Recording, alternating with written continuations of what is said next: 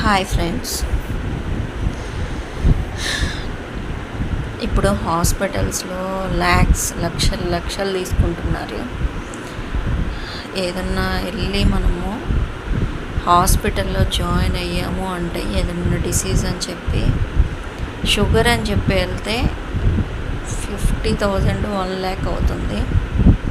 కొంతమంది హాస్పిటల్స్ వాళ్ళు ఏం చేస్తున్నారంటే, నేనే వెళ్ళాను డైరెక్ట్గా, ఎవరి గురించో కాదు. విజయవాడ వెళ్ళినప్పుడు మా మమ్మీని తీసుకెళ్ళాను. హ్యాండ్ ఫ్రాక్చర్ అని చెప్పి. నిజంగా ఆ సినిమా పేరేంటి, ఠాకూర్ సినిమాలో జరిగినట్టు జరిగింది నాకైతే. ఏం చేశాడంటే ఆ డాక్టరు, యాక్చువల్గా మా మమ్మీకి ఫిజియోథెరపీ అవసరమైంది. హ్యాండ్ గురించి, హ్యాండ్ ఫ్రాక్చర్ అయింది కదా, ఫిజియోథెరపీ బాగా అవసరమైంది. బాగా స్ట్రక్ అయిపోయింది హ్యాండ్. వెళ్ళిన తర్వాత మొత్తము ఆ చేతిలో ఉన్న నరాలన్నీ పాడైపోయినాయి, చాలా ప్రాబ్లం ఇష్యూ ఉంది, మీరు వెంటనే జాయిన్ అవ్వాలి హాస్పిటల్లో అన్నారు.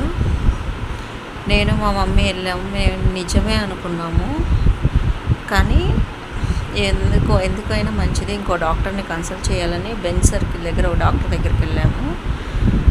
వెళ్ళినప్పుడు అతను చెప్పారు, మీరు ఏ ప్రాబ్లము లేదు, ఫిజియోథెరపీ చేయించుకోండి, ఏ ప్రాబ్లం ఉండదని చెప్పారు.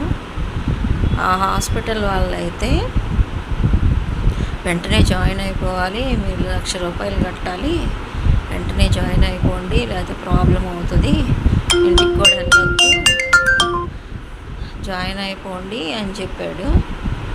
అంటే ఇప్పుడు ఇక తెలియని వాళ్ళు కొంచెం ఎక్కువగా ఆలోచించకుండా అమ్మో భయపడే వాళ్ళు ఉన్నట్లయితే 2,00,000 కట్టందా ఆ హాస్పిటల్ నుంచి బయటికి పంపించేవాళ్ళు కాదు మనల్ని.